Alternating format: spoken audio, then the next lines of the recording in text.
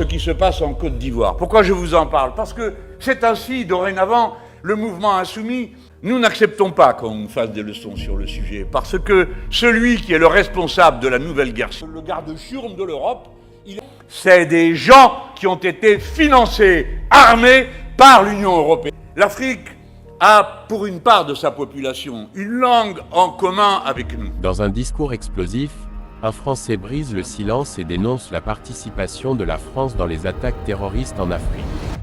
Mais il ne s'arrête pas là, il accuse aussi Alassane Dramane Ouattara d'avoir plongé la Côte d'Ivoire dans le chaos, se comportant comme un dieu protégé par ses relations internationales. En tant que porte-parole de ce qu'on n'entend jamais, il expose la vérité sur les élections truquées et sur les opposants réduits au silence. Dont il est question, c'est des gens qui ont été financés, armés par l'Union européenne, par nous-mêmes, et qui aujourd'hui assassinent leurs compatriotes. Et donc, nous sommes en droit là aussi de demander des comptes.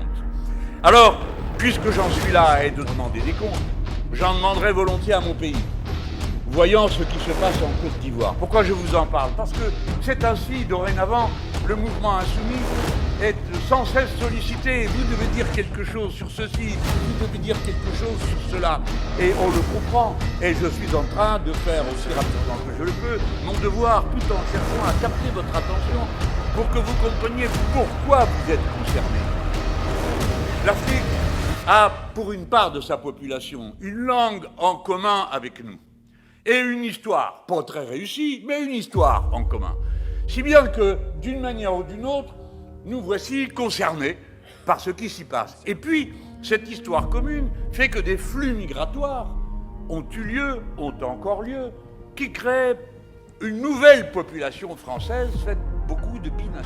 Dès lors, les questions qui ont lieu en Côte d'Ivoire passionnent une partie de notre peuple, j'ai bien dit de notre peuple. Et quand vous êtes binational, contrairement à ce que croient certains, vous n'avez pas deux allégeances, vous avez deux amours, c'est pas pareil. Et si vous avez deux amours, eh bien vous êtes tout le temps obligé de choisir ceci, choisir cela, et vous faites ci, vous faites ça, c'est compliqué. Hein? Tous ceux qui, comme moi, viennent du Maghreb le savent. Quand on va au bled, on est un Français, quand on revient ici, on est un Arabe. Voilà. Alors, du coup, on est obligé de se positionner soi-même et de se dire soi-même, mais moi je suis quoi au juste, hein? Eh bien, je suis tout ça. Voilà. Alors, avec la Côte d'Ivoire, les liens sont singulièrement étroits parce que pendant toute une période, il y a eu un lien profond qui existait entre le Front populaire ivoirien de Laurent Gbagbo et les forces de gauche.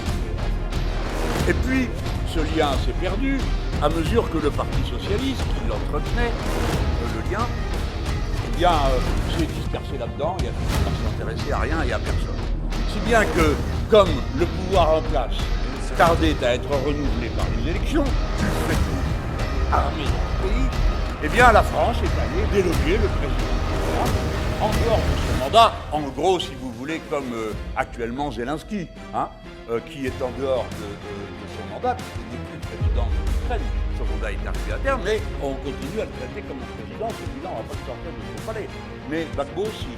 Et c'est l'armée française qui a été le délogé du bunker à l'intérieur du palais présidentiel de la Côte d'Ivoire. Donc nous avons une immense responsabilité. Tout ça, on nous disait maintenant, voici la liberté revenue, nous allons avoir des élections, faites-les comme vous pouvez, ça n'est pas notre affaire, et nous allons enfin pouvoir élire quelqu'un de raisonnable et de responsable, un ancien haut fonctionnaire des organismes internationaux, M. Alassane Ouattara, qui se trouvait, quelle opportunité, être un ami personnel de M. Sarkozy, ce qui facilitait les liens.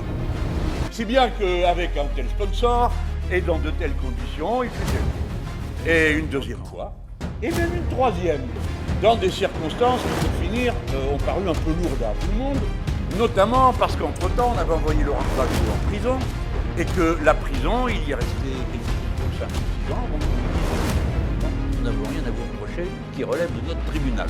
Donc il en est ressorti, il est ressorti au pouvoir, et voici que maintenant, il y a eu une élection, la 4e, du même M.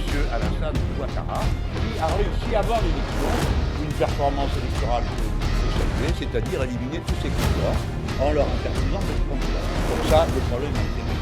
Eh bien, nous, Français, nous sommes responsables de ce qui se passe. Et nous sommes attentifs à ce qui se passe. Parce que les gens de Côte d'Ivoire les Ivoiriens, sont avec nous dans un lien particulier d'affection, d'amitié, de vie commune. Hein? On a même eu une députée qui en venait et qui est là en face de moi, qui est Rachel Keke. Hein? Alors, on était bien content qu'elle soit députée française, non? Alors, voilà. Et puis le Cameroun, alors là, c'est la catastrophe totale. J'arrête pas de recevoir des messages, mais qu'est-ce que je vais faire, moi? Je n'y peux rien.